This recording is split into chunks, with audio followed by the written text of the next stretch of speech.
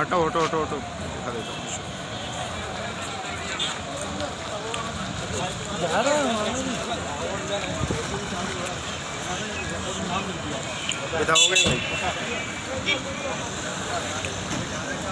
योजना बनाई जिसके अंतर्गत 7,800 करोड़ रुपया इस साल हमने किसानों के खाते में डाले।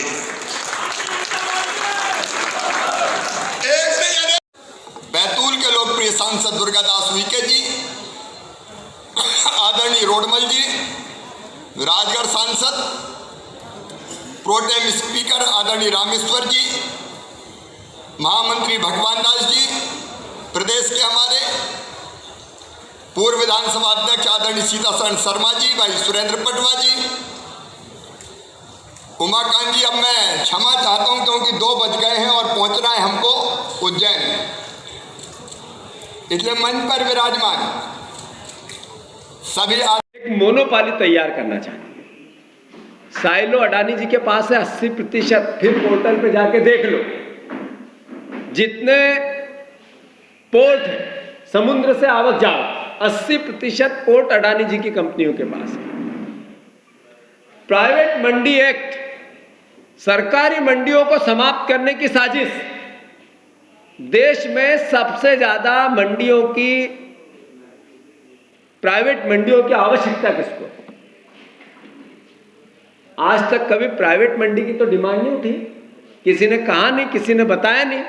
आज भी देश में जो अनाज जहां चाहो वहां प्राइवेट सेक्टर में बेच सकते हैं। हम रोज बेचते हैं, सारी फसलें बेचते हैं, कोई नहीं रोकता, कोई नहीं टोकता, कोई कानून नहीं है कि इसमें किसान नहीं बेच सकते, ओपन है। तो कुल मिला के सरकारी मंडियों की समाप्ति और प्राइवेट कंपनियों को लाभ, इस कानून के पीछे की आड़ है, पीछे का एजेंडा है। दूसरा, जो कानून 1965 में बना, 50 में बना, जो कालाबाजारी रोकने के, अगर ये किसानों के ही अहित नहीं करता है, ये उपभोक्ता को भी अहित करता है, आम आदमी को भी अहित करता है। आज ये हालात है कि जो गिलकी 1 रुपए किलो किसान बेचता है, आपके पास 40 रुपए में आती है। जब ऐसी परिस्थिति बनेगी तो कैसे किसान, उपभोक्ता को गारंटी होगी कि फसलें महंगी नहीं होगी या अनाज महंगा नहीं होगा? आज जो अनाज 19 रुपए में गारंटी सरकार के किसान कहते हैं कि हमारा बेचो, आप जब किसी भी माल में जाते हो तो 100 रुपए में वो अनाज लेते हो, 75 रुपए में लेते हो, 150 रुपए में लेते हो। तो क्या गारंटी है कि उपभोक्ता को इसका अल्टीमेटली महंगाई की मारनी पड़ेगी? फिर कहते हैं देश भरोसा करे मोदी जी पे। आपने कहा कॉन्ट्रैक्ट फार्मिंग, किसान का और कंपनियों का आपस में समझौता है। क्या क्या गुरेज है कांग्रेसियों को या इन किसान संगठनों को? जब आपस में समझौता होता है तो 20 साल तक कॉन्ट्रैक्ट फार्मिंग को लेकर किसी से कोई एग्रीमेंट हो गया, कंपनी ने कर लिया, 20 साल, 15 साल, 5 साल, तो उसका आप कोर्ट में जाने के प्रोविजन की कोई एक लाइन नहीं रखी आपने और कहा कोर्ट नहीं जा सकते, ये लिखा है कानून में। फिर भी कहे देश भरोसा करे मोदी जी पे।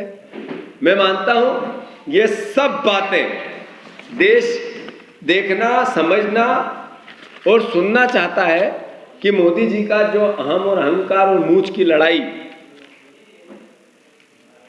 इस हद तक है कि लाखों किसान पूरे देश में, करोड़ों किसान पूरे देश में और लाखों दिल्ली के आसपास बैठे हैं ठंड में, पर यह सरकार उनसे बात करने तक नहीं जाना चाहती, उनको पॉलिटिसाइज करके तरीके से ध्वस्त करना चाहती। कहां फंसे थे दुष्टन में। सरदार जी, आपका भी स्वागत है। आज उन्होंने किसान कानूनों का समर्थन किया है। मेरे प्रिय किसान बहनों और भाइयों,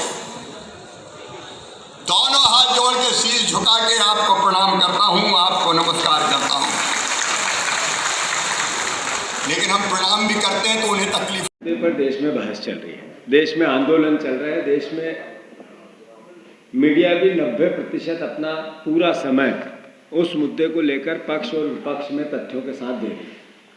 ऐसे में मैं आप सबका स्वागत करता हूं। 2014 देश के प्रधानमंत्री भारतीय जनता पार्टी के नेता के रूप में उन्होंने देश से वादा किया था कि किसानों की आय में 2020 से 2022 तक दुगनी करूंगा, डबल करूंगा। उसके कई वीडियो विजुअल पब्लिक डोमेन में हैं। देश के प्रधानमंत्री ने कहा था कि जितनी लागत आती हो, कितना खाद, कितना बीज, कितना पानी, कितनी अलग अलग प्रकार की लागत, उसमें किसान की मेहनत 50% और डालो और जितना बनता है वो समर्थन मूल्य होगा। मैं जैसे ही देश का प्रधानमंत्री बनूंगा सबसे पहले ये कानून पास करूंगा। ये 2014 में देश के प्रधानमंत्री ने कहा। 15 साल लगातार शिवराज सिंह चौहान हमारे प्रदेश के मुख्यमंत्री, उन्होंने लाखों बार, हजारों बार नहीं, लाखों बार कहीं न कहीं किसी न किसी रूप में कहा था कि 2020 तक किसान की आय में दुगनी करूंगा, मेरी सरकार करेगी। अब समय बदला है। शिवराज सिंह चौहान किसान को अपना भगवान बताते थे, अलग अलग प्रकार से संज्ञा देते थे कि भगवान क्यों है किसान। एक जीवन देने वाला है, ईश्वर होता है जो धरती पर जीव को भेजता है और इसको चलाने वाला अनाज उगाकर किसान पैदा करके इसको देता है। तो भगवान और किसान एक जगह, ये शिवराज सिंह जी कहते थे। अब शिवराज सिंह जी अलग बात करते हैं, उनके मंत्री अलग बात करते हैं, भारतीय जनता पार्टी अलग बात करती है। अब किसान की संज्ञा को उन्होंने बदल दिया। वो कहते हैं कि किसान सब्सिडी चाटने वाला एक कीड़ा है। आज के प्रोटेंट स्पीकर ने कई दिन पहले कहा था, कमल पटेल कृषि मंत्री, शिवराज सिंह चौहान के खास नुमाइंदे, उन्होंने किसान को कहा, खास नुमाइंदे, उन्होंने किसान का कहा ये बिचौलियों का संगठन है, किसान संगठनों को बोला, गद्दारों का संगठन है। उन्होंने कहा देशद्रोहियों का संगठन है। किसान विदेशी ताकतें ये आंदोलन चला रही। ये किसान की परिभाषा बनाने लगे हैं शिवराज सिंह चौहान, जिसको भगवान कहते हैं। एक मंत्री बीजेपी के किसान को टुकड़े टुकड़े गैंग बताता है। एक मंत्री बीजेपी का इसको चीन और पाकिस्तान का सहयोगी बताता है। एक भारतीय जनता पार्टी का नेता किसान को बेईमान, चोर और लात ढूंसों से इनको मारना चाहिए, इस तरीके के शब्द उपयोग करता है। उज्जैन के एक भाजपा के नेता, किसान मोर्चा के किसान, ये चोर और जूतों से मारने की संज्ञा देते हैं। इसके पब्लिक डोमेन में वीडियो आए हैं। कुल मिलाकर हमारी सांसद भोपाल की भारतीय जनता पार्टी की सांसद कैसे कैसे शब्द और कैसे कैसे बयान देती है और शिवराज सिंह इनको मौन सहमति देते हैं। तो ये भगवान था ये आपका, ये किसान ऐसा कैसे हो गया? शिवराज सिंह जी 4 बार मुख्यमंत्री आप बने हो, इसी प्रदेश के लोगों ने, इसी किसानों ने बनाया जिनको आपने भगवान कहा। बात कहते हैं कि इस कानून के अंदर योजना बनाई जिसके अंतर्गत 7,800 करोड़ रुपया इस साल हमने किसानों के खाते में डाले।